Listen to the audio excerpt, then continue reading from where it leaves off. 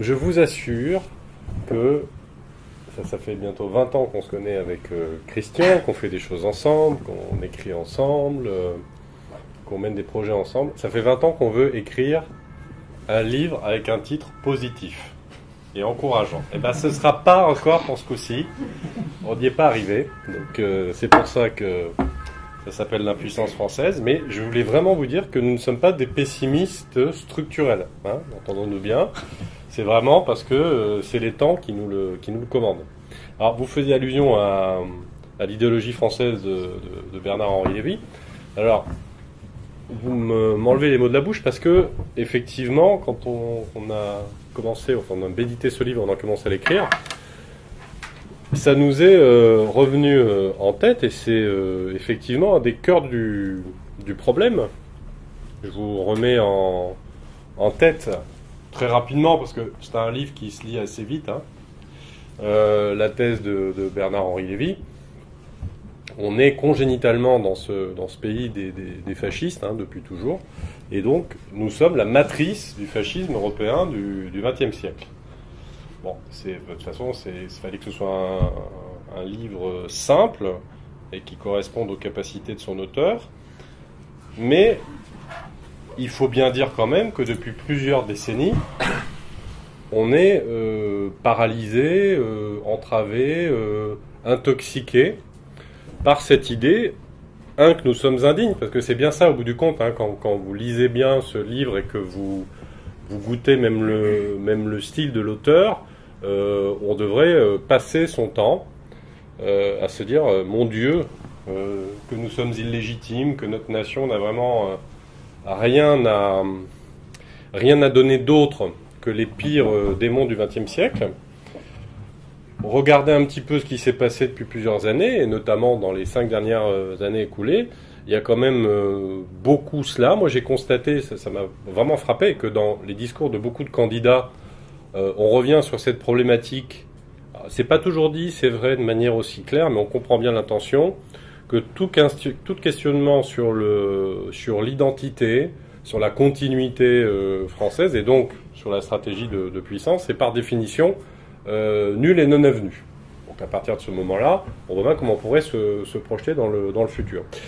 Donc effectivement, on est parti de ce point un peu sensible pour savoir ce qu'on pouvait dire aujourd'hui de la stratégie de puissance française ou surtout de son absence totale.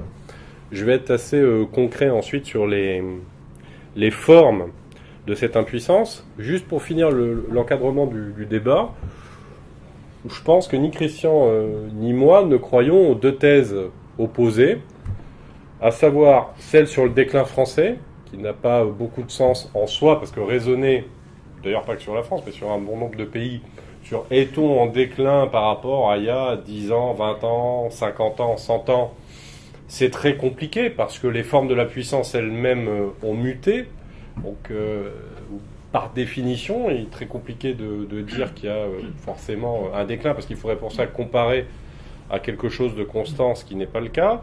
Mais en même temps, on est bien persuadé également qu'on ne peut pas être dans une espèce d'euphorie incroyable, encore une fois, comme beaucoup de leaders d'opinion nous y invitent, qui consisterait à dire que, comme dit l'autre, l'avenir est devant nous, on est bien content, et que de toute façon, il sera forcément meilleur que le passé infâme duquel nous venons. Bon, deux thèses qui sont des impasses. Et en revanche, on est assez persuadé que on cultive quelque chose qui n'est pas du tout matériel, c'est-à-dire qui consisterait à poser que sur tel et tel élément objectif, militaire, économique, culturel, on serait dans une spirale du déclin effroyable, mais que ce qui est d'abord paralysé, ce sont nos esprits. Et c'est notre capacité ou notre incapacité à penser notre développement, à penser nos destinées, et à penser même qu'il est légitime d'en avoir une. On parlait tout à l'heure de à qui profite le crime, quoi, en quelque sorte. Pour aller tout de suite à la réponse, même si on peut la démontrer par la suite, moi je crois tout bêtement que cette impuissance, elle profite, alors non pas sous l'angle de la théorie du complot, mais de manière très triviale dans une logique d'intérêt et de carrière politicienne, à des élites qui, globalement, ne veulent pas du poids et de la responsabilité d'une vraie décision.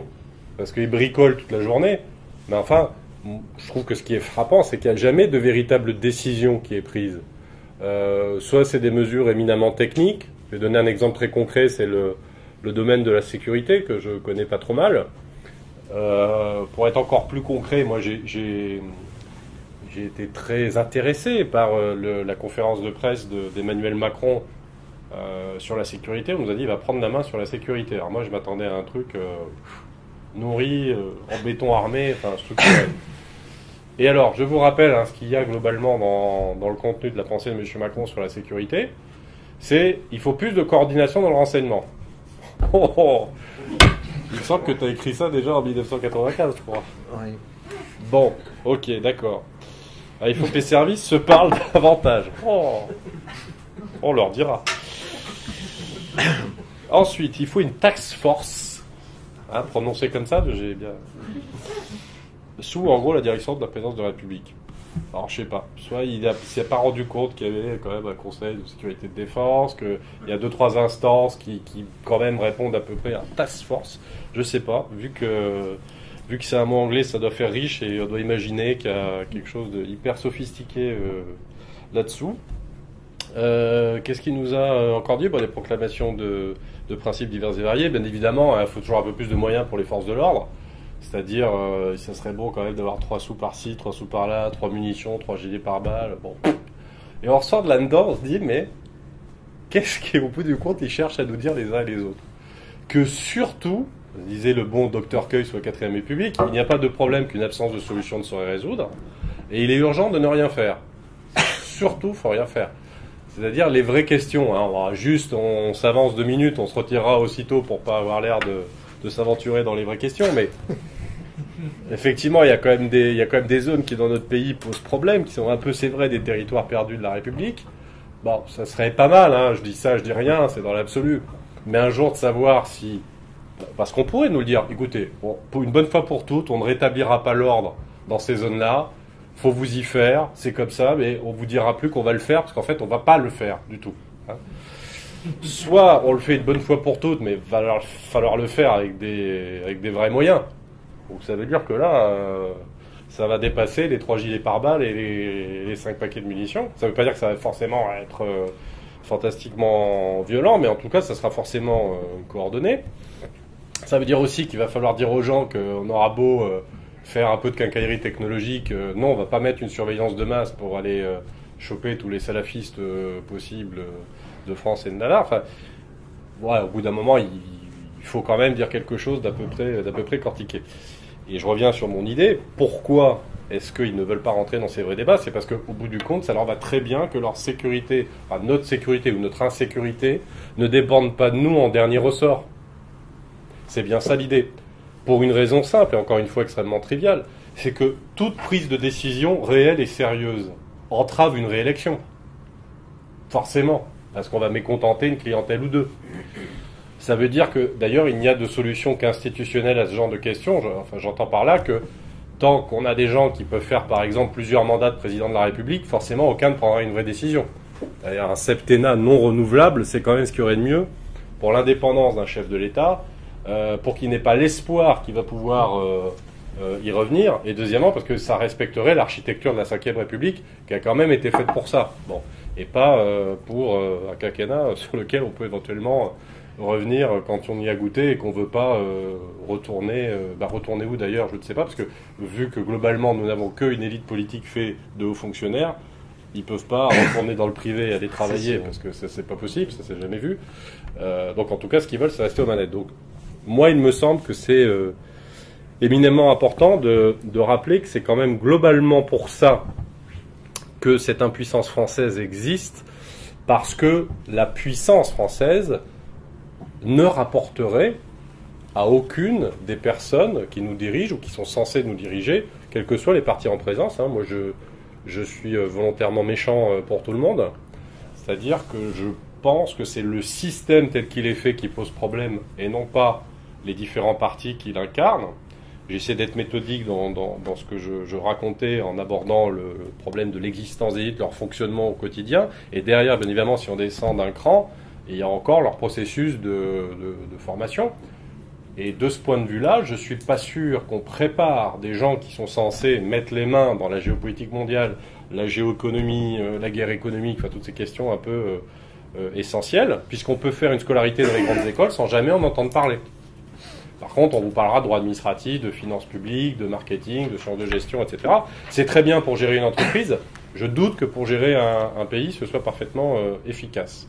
Point d'application particulière pour ne pas trop dépasser mon temps de parole, parce que ce sera plus intéressant d'échanger que de nous entendre parler des dizaines de minutes. Un point d'application ou un exemple particulièrement illustratif de tout ça, qu'on a vécu en partie ensemble avec Christian, c'est la politique publique d'intelligence économique dans notre pays. Je crois qu'on est assez convaincus maintenant tous les deux que c'est un échec retentissant. Alors, on y a cru pendant des années, hein, puis alors moi j'ai persévéré dans l'erreur longtemps, y compris en allant faire ça longuement au service de l'État, comme quoi j'avais vraiment un fond trotskiste, hein, c'est en imaginant qu'on pouvait de l'intérieur changer les choses. Et je pense que je me suis trompé, ou en tout cas qu'on n'est plus à cette heure-là. Voilà. Parce qu'en fait, de l'intérieur, on constate que le système est quand même très bien fait pour se protéger et pour expulser les agents microbiens divers et variés qui voudraient le faire changer de l'intérieur. Ce qu'on a pu constater, premièrement, la question n'est plus de savoir si nos élites croient ou pas à la guerre économique, par exemple. En fait, ils s'en foutent. C'est encore un autre pas, hein. C'est-à-dire qu'on a longtemps, hein, tu te rappelles avec notre ami amiral et ça, on a longtemps essayé de leur expliquer. C'est-à-dire, on ne doit pas se faire comprendre. Vous voyez ce que je veux dire ? Il y a un truc qu'on ne doit pas leur expliquer clairement, et donc c'est pour ça que ça ne marche pas. Eh ben, non, en fait, ils ne veulent pas comprendre ce dont on leur parle parce qu'ils s'en moquent. Leur problème, c'est pas de savoir si c'est vrai ou pas. C'est quand bien même ils admettraient intellectuellement que c'est vrai, faire en sorte d'y remédier ou de donner une position favorable à la France dans cette guerre-là, dans ce conflit-là, c'est trop difficile. Et puis ça nécessite de mettre tellement de choses en cause que ça va tuer son petit confort, ça va être compliqué, on va en ressortir comme si on était passé dans une machine à laver. Et alors ça, non, c'est juste pas possible. Premier élément totalement capital. Deuxièmement, nous n'avons pas, au sein de l'État, les gens en capacité de pouvoir faire l'affaire. C'est-à-dire qu'aujourd'hui, si on dit guerre économique, ça veut dire qu'il faut avoir aussi des spécialistes qui sont en capacité de savoir ce que c'est qu'une machine concurrentielle, de savoir comment une grande entreprise, par exemple, ça va gagner des parts de marché internationales. Ça veut dire, par exemple, qu'il faut avoir des gens au sein de l'État qui s'y connaissent très très très bien en finance, en droit des affaires, etc., etc. C'est pas forcément le cas. Et pour des raisons qui sont extrêmement triviales. Quand vous voyez ce que quelqu'un de surdiplômé dans ces matières peut gagner dans le privé, je vous demande un peu pourquoi il irait prendre un salaire de contractuel à Bercy ou ailleurs, ou dans les services du Premier ministre, dont je vous le rappelle, le salaire moyen pour quelqu'un qui exerce dans le domaine de l'IE, qui est CDD ou CDI de droit public, est entre 1800 et 2000 euros net. C'est quand même rare qu'à ce tarif-là, on puisse se payer des cadors du sujet. Donc, voilà, c'est une deuxième chose qui pose problème. Et puis troisièmement, ça veut dire qu'il faudrait raffiner notre pensée sur nos alliés et nos adversaires traditionnels. Alors ça poserait un grave problème psychologique et intellectuel dans le cas de nos amis américains, parce qu'on serait effectivement, comme Christian l'a toujours dit, dans une logique extrêmement variable, où on pourrait se rassembler sur des objectifs politiques parfois, et puis s'affronter beaucoup sur ces d'autres objectifs économiques. Et puis sur le cas inverse, c'est-à-dire ceux qu'on penserait être plutôt des adversaires politiques, comme les Russes, de se dire que peut-être en matière économique, industrielle, on aurait peut-être avantage à parler avec eux sans, en permanence, tenter de les humilier, selon la démarche de M. Hollande du Matamor, qui est « vous allez voir ce que vous allez voir », alors que les gens d'en face, ça les fait juste rigoler, puisque bien évidemment, comme j'avais dit à quelqu'un, est-ce que vous imaginez que nous, on va sauter sur Moscou dans les années qui viennent ? Pour ceux d'entre nous qui connaissent un peu ce pays, et notamment les soldats russes, Moi, franchement, je ne suis pas partant tout de suite. Hein, je pense qu'il va falloir se recycler un petit peu physiquement. Donc tout ça est bien évidemment un peu ridicule. Et puis, comme si on faisait de la morale en diplomatie, on a des objectifs de long terme qui peuvent comprendre une grande part d'éthique, mais tel que c'est managé depuis des années, je vois pas bien. Et en l'occurrence, ça aussi c'est intéressant, et je reboucle et conclue avec ça par rapport au début de mon propos. On voit bien en quoi la posture du locuteur, comme disait Raymond Aron, c'est important de nos jours. C'est-à-dire qu'un politique, il veut deux choses. Il veut conserver le pouvoir. Ça, c'est quand même l'objectif numéro un. Et deuxièmement, il veut flatter son ego. Et c'est très cohérent, puisque s'il veut conserver le pouvoir, c'est pas pour en user. C'est pour en jouir. C'est-à-dire pour avoir tout l'attelage qui va avec. Les chauffeurs, les machins, les trucs, enfin tout ce qu'on peut imaginer. En l'occurrence, moi, ce que j'ai vu dans les services d'État, c'est beaucoup ça. Puis ça commence très petit, hein. C'est-à-dire que le moindre préfet, conseil d'État, inspecteur général des finances, rapidement, il se sent plus. Donc on imagine quand on arrive au niveau des cabinets ministériels ou à l'Élysée. Donc c'est vraiment jouir des apparences du pouvoir et surtout ne rien en faire. Hein. Il n'est pas question d'en user, ça serait trop compliqué. Et donc deuxièmement, d'être dans une posture favorable. C'est-à-dire, c'est quand même vachement chouette quand on a des articles dans les journaux qui disent que vous êtes un mec formidable. Vous allez me dire non, ils n'en sont pas là. Si.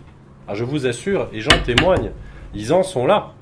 C'est-à-dire que pouvoir passer pour quelqu'un de politiquement correct, en phase avec l'idéologie du temps, même si on ne sait pas bien ce que c'est très important.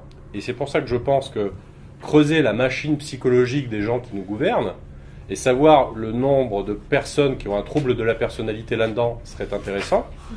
Moi, je pense qu'on produit depuis tout petit des élites qui sont déséquilibrées.